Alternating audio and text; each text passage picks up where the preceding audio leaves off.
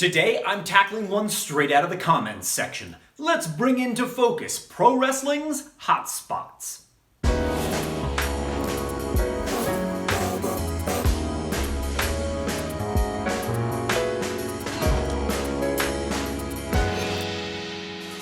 I'm Mike Quackenbush, and this is Till We Make It. If you are passionate about the craft of professional wrestling, and you're never done learning all about it, well, you've landed in the exact right place, my friend. Go ahead and join the Till We Make It tribe. Subscribe down below, or consider leveling up. If you just can't jam enough pro wrestling knowledge into your brain, come join us over on Patreon. You'll find a link down below in the descriptus. Just last week, I posted up a 61-minute class recording just for my patrons, in which we go over the Argentine backbreaker, a 3-in-1 variant of the octopus hold, the figure 7 leg lock, and a whole lot more. All of that and about 275 other exclusive posts are waiting for you on my Patreon. You can be part for as little as $5 a month. Today, I want to examine not only the top tier pro wrestling hotspots around the globe, but also the secondary tier and a couple spots we gotta pay attention to in the upcoming 5 years. Ready? Let's go.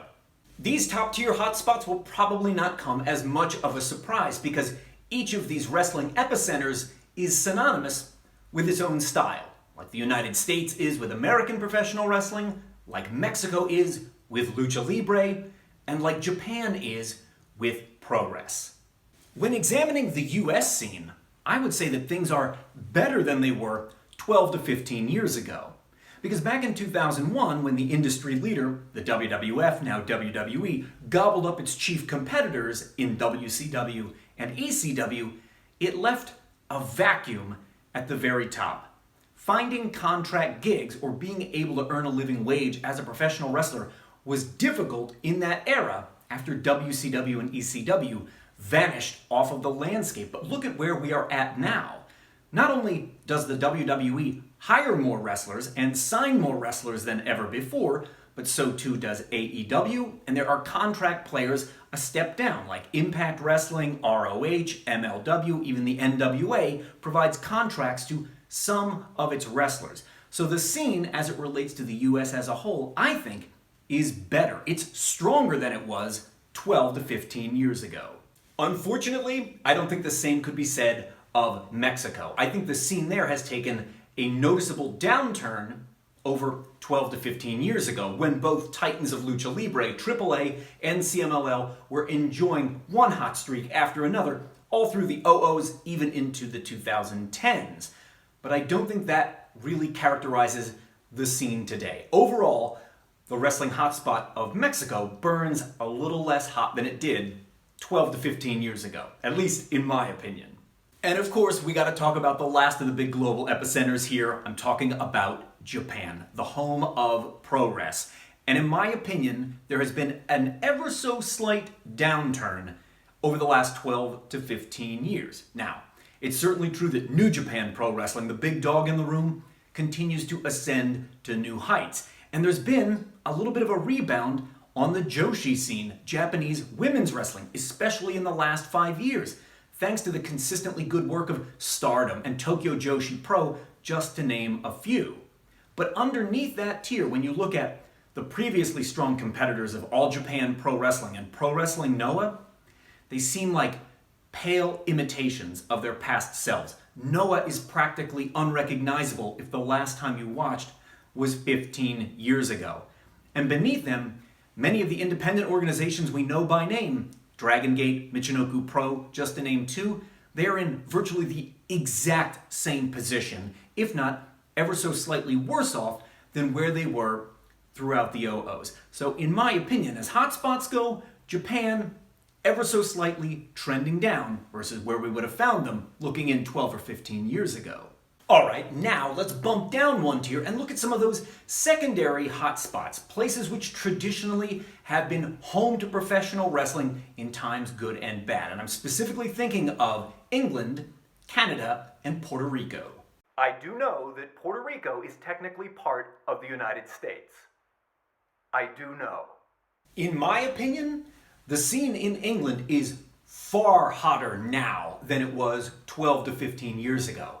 They've seen the most massive uptick of any of the traditional wrestling hotbeds in that period of time. Whereas the Canadian scene is roughly the same. I think it's an even keel with where we would have found it if we looked 12 or 15 years ago. It's experienced some ups and some downs, but it's in relatively the same state. But that cannot be said of the wrestling scene in Puerto Rico, traditionally a real wrestling hotbed that has seen, unfortunately, a big downturn over the course of the last 12 to 15 years. And granted, the impact of natural disasters cannot be overlooked. That's an absolute factor in things. Nevertheless, if there's one of these traditional wrestling hotbeds that's in danger of just falling off the list, well, that has to be Puerto Rico. Now that you've got some insight into how the changing tides over the last 12 to 15 years delivered us up to right now, let's take a little look into the future at 3 up-and-coming wrestling hotbeds, and I want to start with Australia. You may know Australian wrestling burned really hot from the mid-1960s up to about 1978 when it gets cancelled off of Channel 9. And to many Australians, wrestling being cancelled off Channel 9 represents the death of the Australian wrestling scene. But in recent years, the scene has seen a bit of a revival, and it continues to grow. It's thanks to the hard work of PWA in Sydney, and Newcastle Pro in Newcastle, or if you head across the country to Perth with EPW, there is a bustling scene emerging in Australia, and I think that hotbed will only get hotter in the next 5 years. The second of these up-and-comers we must discuss is Germany. Now, the entire wrestling scene in both Germany and Austria was upended in 1999 when Otto Wanz's CWA went out of business. It was as if wrestling in Germany and Austria practically blinked out of existence in that moment. But the German scene has recovered. It spent time in the 00s and the 2010s building momentum, and it is turning into another hotbed in Germany, thanks in large part to the work of West Side Extreme Wrestling and other leagues as well. And I think Germany is only going to continue to grow in the 5 years ahead. The momentum they have been building steadily for a decade now shows no signs of decline. One other we gotta talk about. It's seen such a massive uptick in recent years, it can no longer be ignored. I'm talking about Ireland. I think this is due in large part to the global popularity of Becky Lynch, Finn Balor, Sheamus, etc., has brought renewed interest in wrestling to Ireland. And the scene there, which did for several years stagnate, is now catching fire once again. I think in a few years, people are going to be routinely referring to Ireland as a new wrestling hotspot. Let me head off what I already know is coming for me down below in the comments section. These are just hotbeds of professional wrestling, both traditional and emerging, but these are not the only places on earth where there are pro wrestling scenes. Is pro wrestling happening in one form or another in Chile or Brazil? Yes, in both those places. Well, what about Singapore or the Philippines? Yes, both those places. I've seen your repeated comments. You're not Googling hard enough. There is wrestling there. What about New Zealand? Yes. Or South Africa? Yes, there is pro wrestling in all these other places. But those scenes are nascent. They are developing. They have not caught fire just yet. That's not to say that a couple years from now, we might not make another video exactly like this to examine how the landscape of wrestling on a global scale has completely changed. The reason I wanted to give you some insight into wrestling hotbeds today is so that you can realistically consider, where are the jobs? Where are the most opportunities in professional wrestling? Because yes, there are some opportunities in South Africa, but are there far more in the US, Mexico, and Japan? Yes, exponentially more. So I'm giving you this information thinking about your career in the long term. If it is ultimately your aspiration to make a full-time living in professional wrestling, it is worthwhile to consider where the most job opportunities are or where they are likely to emerge in the next couple of years. Pro wrestling superstardom is rarely discovered overnight. It's the result of a lot of hard work, of a lot of planning, and yeah, some of it is just down to luck. It's being in the right place at the right time. But any planning session for your pro wrestling career needs to include talk of where the most job opportunities are. That's why this video exists. So consider this.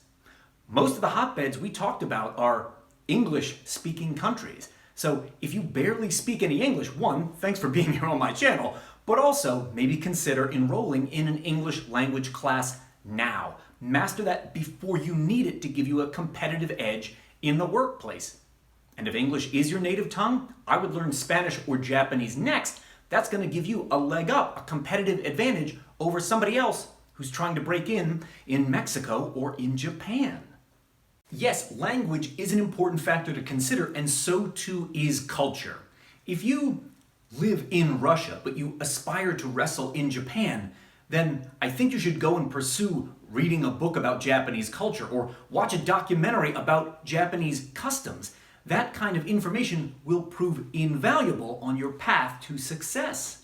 But that's not all. You also need an understanding of how wrestling evolved in these places, of its history. And I can help you there with my book, Pro Wrestling History, 6 Threads and 16 Decades, in which I don't tell the entire history of all of professional wrestling ever. I choose 6 unique threads and follow them throughout the decades leading up to right now. And it will give you a robust understanding of wrestling on a global level in a quick and easy crash course. You can find it on Amazon, or I'll read you the audiobook over on Audible. And if this kind of information is important to you at this stage of your wrestling career, make sure to watch the video I made all about wrestling's global structure. It should be appearing for you right now. Or maybe right now. I'm not really clear on how these end screens work.